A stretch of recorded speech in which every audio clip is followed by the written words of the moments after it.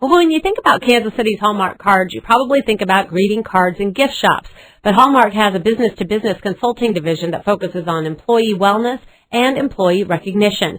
Jonathan McClellan is Employee Recognition Segment Director for Hallmark Business Connections, and he's joining me now on the business line. Hi there, John. Hi, how are you? Good to have you along. Good. So, employee recognition, it's more than the 20-year gold watch, right? Do most businesses do a good job of this, or are they in need of some help? Yeah, actually most businesses are in need of help. A lot of companies adhere to the old traditional ways and approaches of employee recognition, and they're just finding that that's no longer serving their needs. And so how can really focusing on recognition improve a company when it comes to, retention and internal, morale and all that kind of stuff?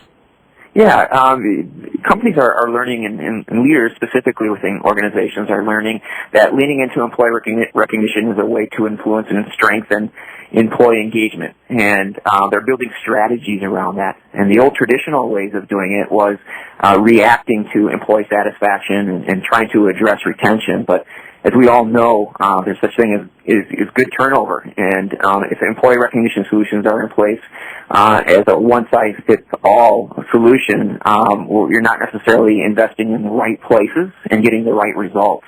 And so leaders are starting to look at this new way of approaching employee recognition in this more transformational approach. And they're looking to employee recognition to be more guiding, aligned with vision and values, and as an opportunity for frontline managers really to strengthen the bond with the right people rather than trying to employ that one-size-fits-all. Are we really talking about engagement here? I mean, because a disengaged employee can create a lot of trouble for a company, but one that is really committed and engaged, it's obvious they do so much more for a company. Right. Yeah, we have a saying around here that engaged employees move the world, and that's absolutely true.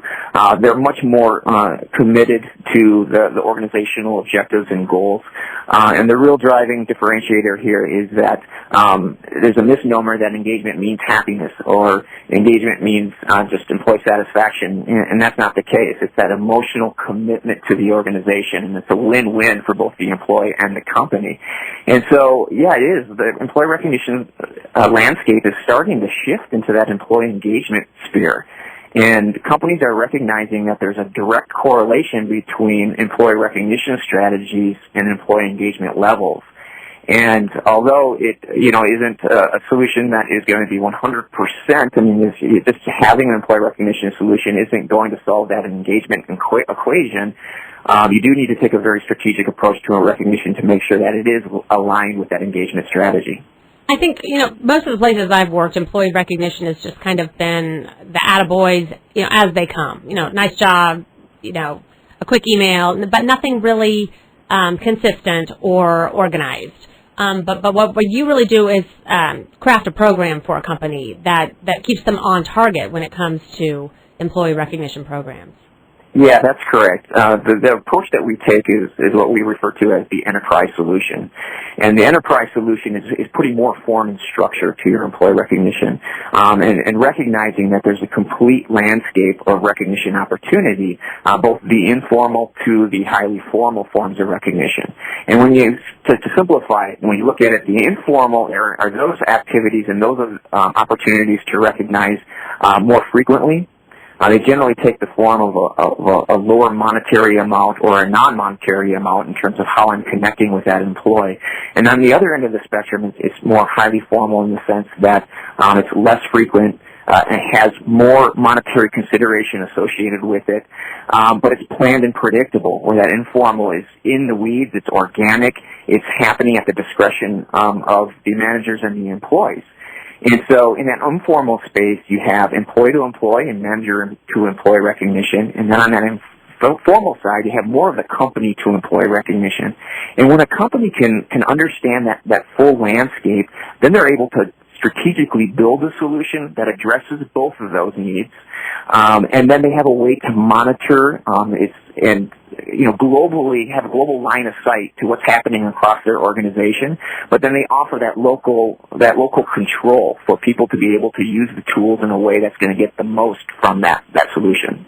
And you say on your website that really this starts with day one on the job. That employee recognition really begins with getting a tour of the new employee and introducing them around. And I can tell you in media, I don't know if that's ever happened in any of the jobs that I've had. I felt like I kind of fumbled my way through the organization after I went and met with HR and got started. And so I know that everybody's so busy that, that what do you call that, onboarding of a new employee? Yeah, absolutely. And it's funny. It does happen even before day one.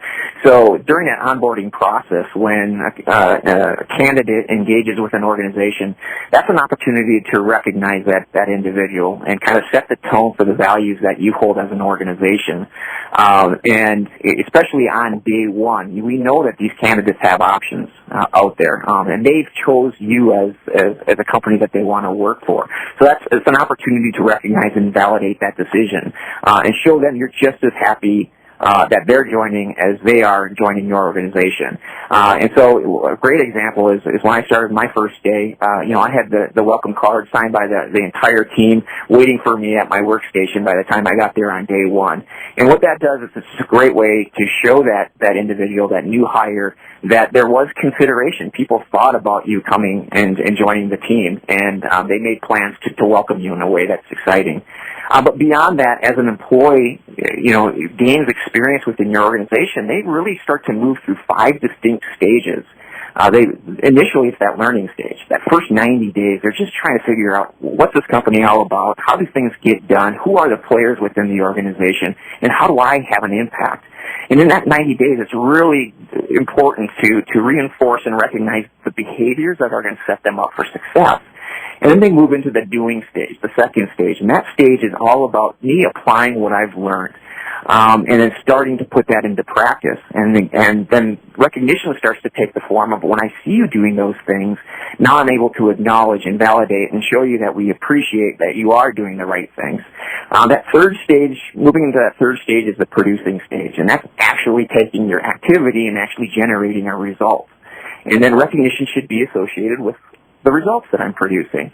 And then the final 2 stages are leading and influencing. Not only do I recognize that I have an opportunity to apply my skills and strengths to the work that I'm doing, but I have the opportunity to make change within the organization. And when I start to become a thought leader, I'm recognizing different behaviors and activities and results.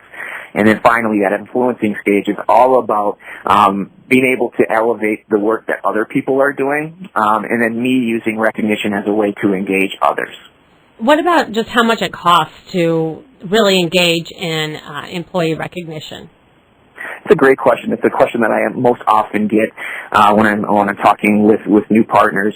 And generally in the industry, there's a rule of thumb, and the rule of thumb is that recognition budgets should typically be 1% to 2% of payroll. But it doesn't take much to introduce an effective solution, especially when you start to balance the non-monetary and monetary recognition awards. But other companies will have much more strategic ways and formulas for how they can calculate what the right budget is.